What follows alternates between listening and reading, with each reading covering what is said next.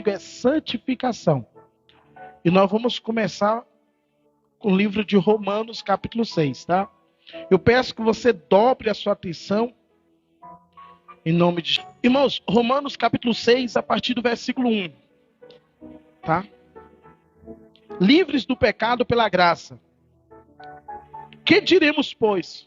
Permanecemos no pecado para que seja a graça mais grande ou mais abundante? Permanecemos, pois, no pecado para que a graça abunde ou seja abundante? De modo nenhum. Vivêssemos ainda no pecado, nós que para ele morremos. Ou porventura ignoreis que todos nós que fomos batizados em Cristo Jesus fomos batizados na sua morte? Fomos, pois, sepultados com ele na morte pelo batismo. Fomos, pois, sepultados com ele na morte pelo quê? A importância do batismo, amém, irmãos? Quem é que ainda não se batizou? Tem mais alguém? Não, né? Então, essa é a importância do batismo para você que não se batizou. Presta bem atenção. Para que, como Cristo foi ressuscitado dentre os mortos pela glória do Pai, assim também andamos em novidade de quê? Nós que se batizamos, nós que aceitamos Ele, nós que morremos para o mundo, a Bíblia diz que nós temos que andar em novidade de vida. Tá chegando a novidade boa para você aí. Porque se formos unidos com Ele na semelhança da sua morte, certamente seremos também na semelhança da sua ressurreição. Você lembra da ressurreição? Quando o texto fala, a glória que foi quando ele ressuscitou, o túmulo está vazio. Por que você procura entre o morto aquele que está vivo? A glória que foi. Assim também é para nós quando nos batizamos. Nós vivemos na novidade de vida e nós também tomamos posse da glória que vem da ressurreição. Amém, irmãos? A Bíblia diz que ele ressuscitou e Deus colocou ele acima de tudo e de todos. E que em nome de Jesus se dobre todo o joelho. Fala para essa pessoa que está assim, você não tem noção da autoridade que você tem. Que Jesus te deu. Sabendo isto, ponto.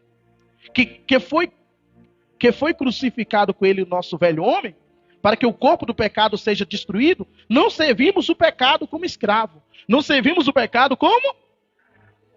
Irmãos, o pecado nos faz ser escravo. O escravo faz o que ele quer? O escravo, ele tem liberdade para tomar decisões próprias? Às vezes a pessoa ela quer largar a masturbação, largar a fornicação, quer largar a mentira, quer largar as drogas, quer largar os problemas, e ela não tem força. Só que tem Jesus para te dar força. Jesus nos dá força para vencer o pecado. Eu me lembro, eu já li muitas histórias da época da escravidão e filmes também. E uma das coisas que eu mais me identifiquei, que eu mais me reparei, que eu vi, era uma vontade que surgia no meio de alguns, não era todos. Tinha uns que já se conformaram com a escravidão. Mas eu via que tinha uns ou dois que fugia, ia para Colombes, ia para dentro dos matos se esconder. Então, dentro daquelas pessoas que estavam aprisionadas, estavam presas, tinha uns que se acomodou com aquilo, tem uns que achou que aquilo ali era natural, mas surgiu dentro de alguns que falou, eu não quero ser escravo, eu prefiro morrer, eu prefiro que o capataz me dê um tiro, me mate, do que eu me tornar um escravo. Então tem pessoas que ela entende que o quê? Que a escravidão, que o domínio que está dando para ela, é como se fosse uma morte. Ela está morta, mas ela não percebeu. Imagina quando você não faz o que você quer, quando você não fala o que você quer, quando você não vai onde você quer. É como se você tivesse o quê? Alguém falou, é como se você tivesse morto. É como se você tivesse o quê? Morto.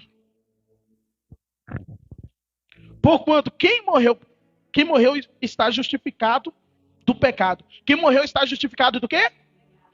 Morreu para o mundo, irmãos. Se batizou, desceu as águas. Jesus falou isso para Nicodemos, é necessário vos nascer de novo, nascer da água e do Espírito. E às vezes tem pessoas que ainda não sabem o que é isso. Tem pessoas que estão vivas por pecado. Tem pessoas que estão com a velha criatura. Tem pessoas que precisam, de fato, renascer. Amém? Ora, se já morremos com Cristo, cremos também que com Ele viveremos. Se já morremos com Cristo, cremos também que com Ele o quê? Uma vida eterna. sabedores de que havendo Cristo ressuscitado dentre os mortos, já não morre. A morte já não tem mais domínio sobre quem? Então a morte já não tem mais domínio sobre ele. Olha que interessante, irmãos. Aquele que está em Cristo Jesus, é como o apóstolo Paulo diz que a morte é lucro, né? Já não teme mais a morte. É como, teve uma passagem que não sei se alguém leu, foi acho que a missionária que pregou na terça-feira, que fala sobre isso, né?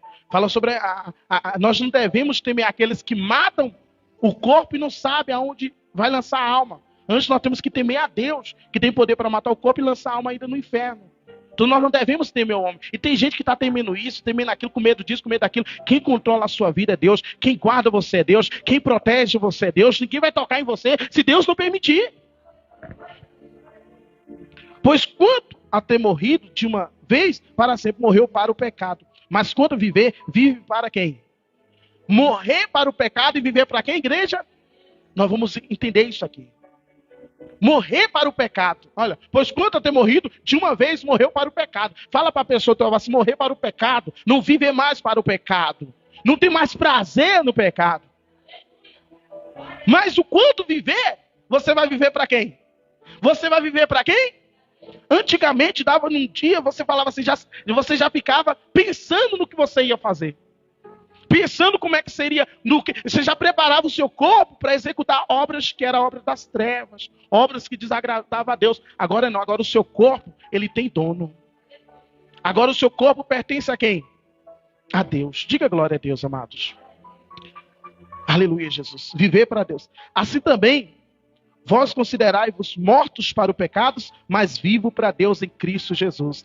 Assim também vós considerai-vos o quê? Você se considera que está o quê? Se considere morto para o quê, igreja? E o que mais? Quem está vivo para o pecado, levante a mão. Eu peguei os dois. Eu faz tempo que eu não fiz isso, gente. Eu senti, vem na minha memória de fazer isso.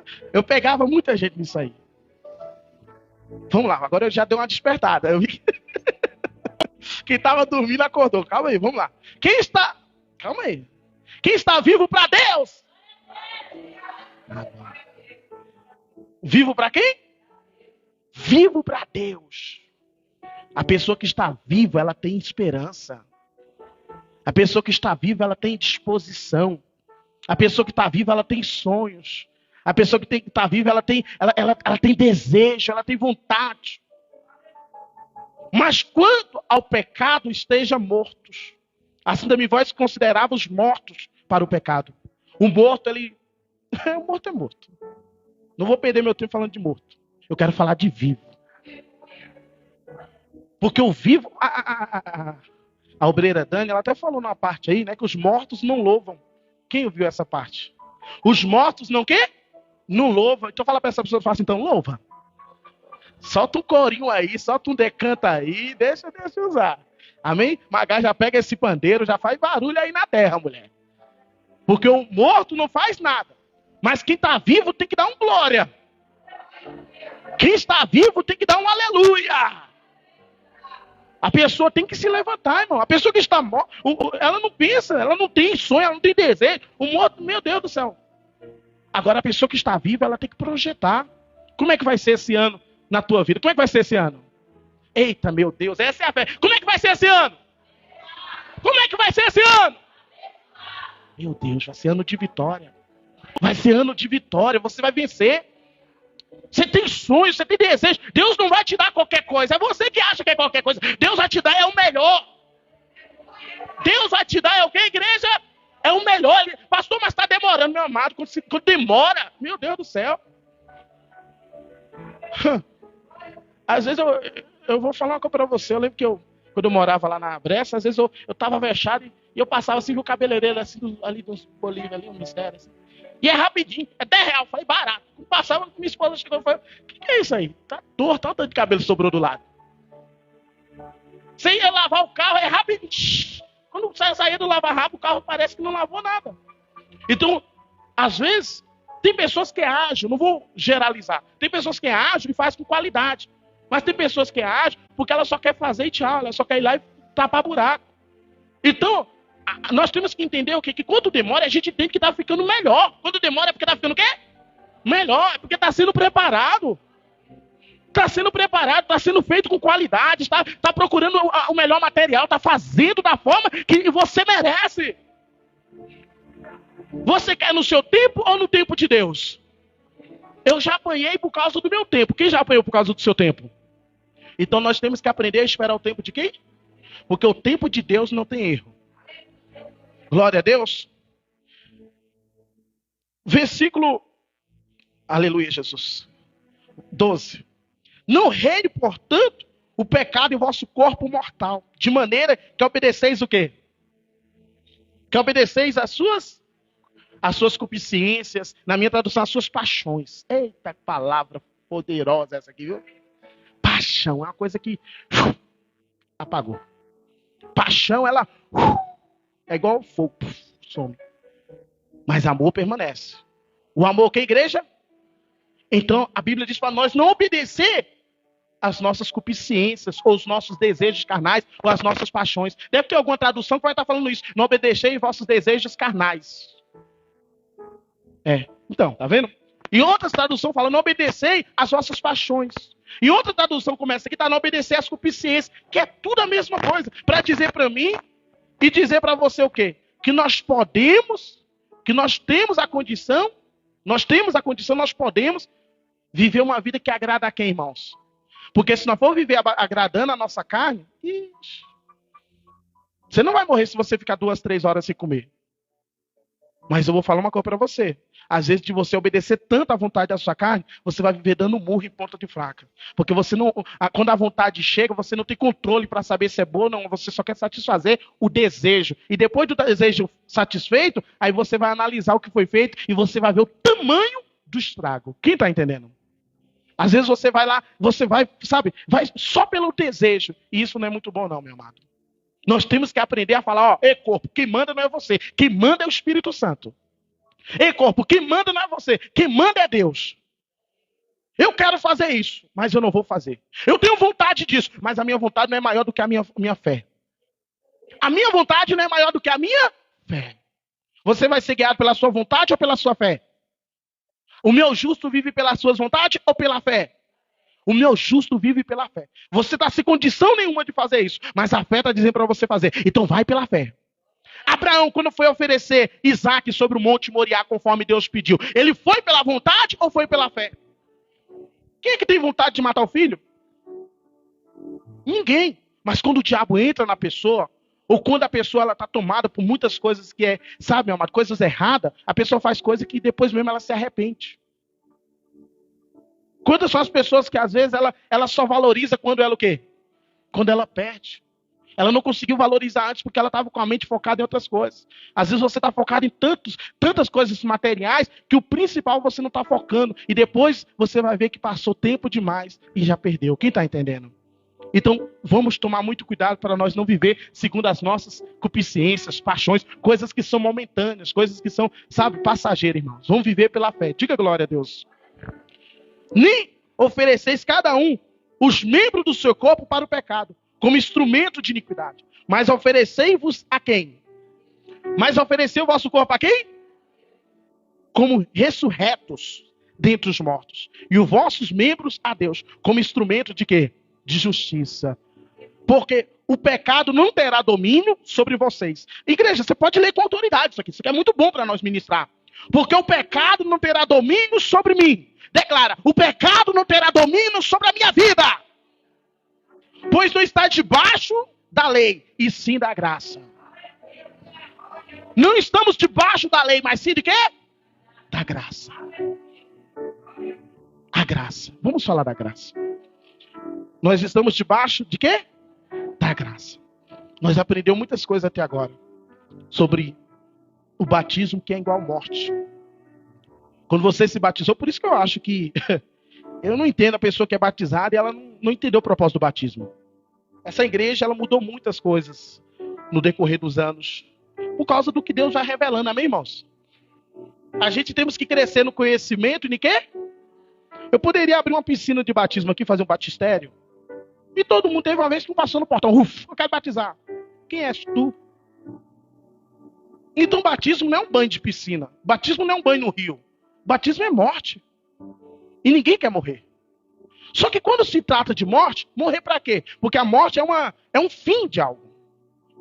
Quando a pessoa está à beira da morte, muitos fazem o quê? Faz aqueles assinados, quando deixa, como é que é o nome, gente? Me ajuda aí. Testamento, muito obrigado. Eles deixam lá, eu vou deixar isso aqui para Betânia, isso aqui para Ciclano, porque ele já chegou na morte. Tem uns que falam, eu quero um caixão do Corinthians, outro fala, eu quero do Palmeiras. Tem uns que falam, eu quero ser enterrado, outro fala, eu quero ser queimado. A pessoa, quando chega nesse ponto de morte, ela começa a entender que já acabou, já não tem mais ali, já não tem mais não tem mais progresso. Só que, pelo contrário, você não está morto para essa vida, você está morto para o pecado. Então, acabou o pecado, acabou o vício, acabou as drogas, acabou a imundícia, acabou o erro. Agora o que você tem é o desejo de servir a Deus incontrolável.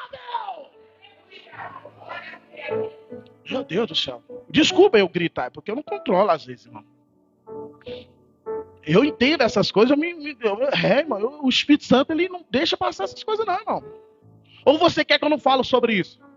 E você vive uma vida achando que está vivo, mas está morto. Eu não quero que você viva essa vida. Eu quero que você se desperta. Eu quero que você ressuscita para Cristo. Eu quero que você ressuscita.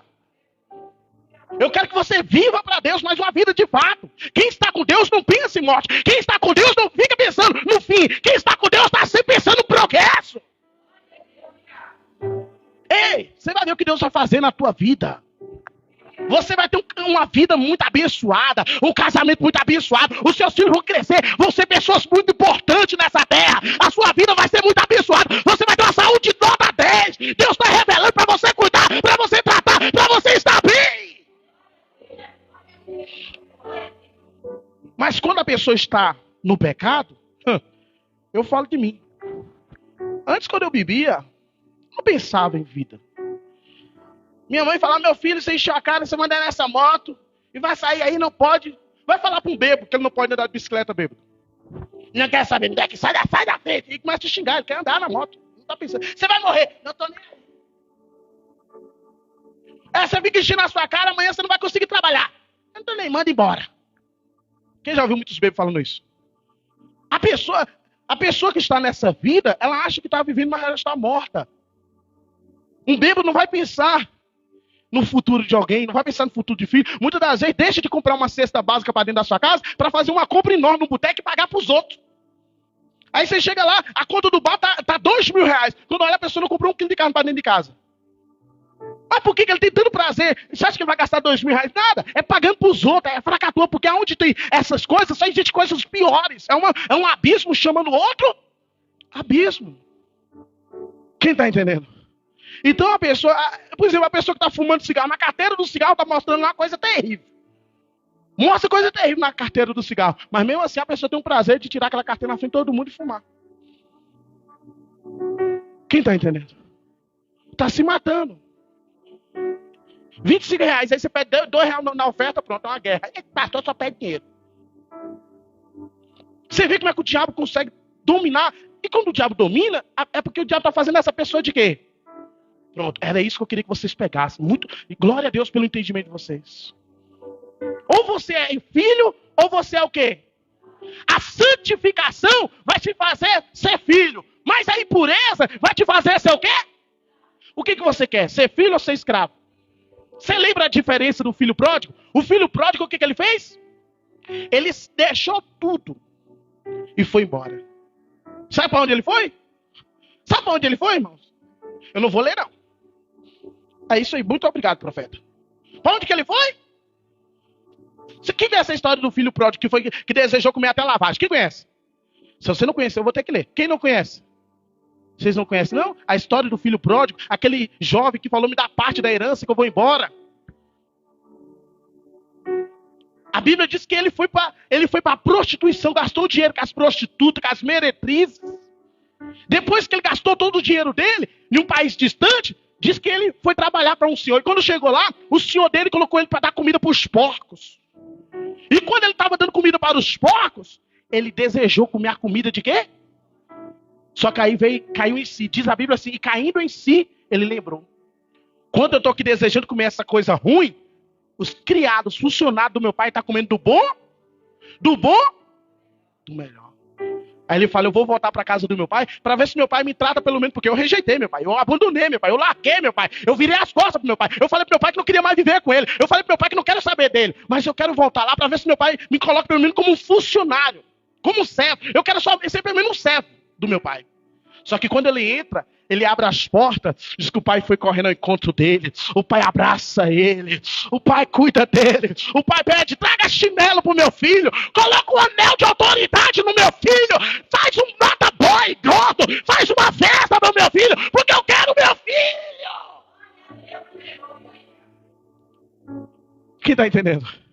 Então, o pecado tira você da casa do pai.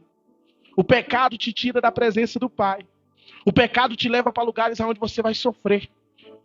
O pecado vai trazer paixões, coisas momentâneas. Ele foi lá, relacionou, teve relações sexuais com um bocado de prostituta. Foi lá, fez o que ele fez, gastou o dinheiro dele tudo. Porque o mundo tudo tem nada de graça. Quem está entendendo?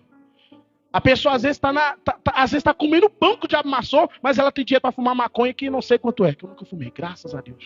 E nunca vou fumar. Graças a Deus. A pessoa às vezes está pagando o preço, mas tem dinheiro para fumar, para cheirar, para beber. Quem está entendendo, irmãos? Mas aí quando você vai ver, a pessoa está morrendo de fome porque não tem uma comida. Você vê como é que o diabo faz. O diabo maltrata, o diabo coloca a pessoa assim, ó, e pisa, escraviza. A pessoa está sempre dominada por algum vício, dominada por alguma coisa, fazendo coisas que desagradam a Deus, querendo roubar, porque o vício é tão grande que rouba pai, rouba mãe. Às vezes o diabo está tudo dominando a pessoa, que a pessoa faz tantas coisas erradas. E eu, quando eu falo disso, generalizo por geral. Porque às vezes a pessoa não é viciada na droga, mas é viciada no jogo. E gasta o dinheiro todinho no jogo. Não é viciado na droga, mas é viciado na pornografia. Não é viciado nas drogas, mas é viciado em quê, pessoal? É viciado em querer fazer coisas erradas para os outros. Tem gente que tem prazer em destruir vidas de pessoas. É ou não é verdade? A Bíblia fala sobre o homem ímpio, que ele dorme pensando, maquinando mal. Quem já leu isso na Bíblia? Levante a mão. Olha aí. Vamos lá? Então a graça, que agora eu tenho que falar sobre isso.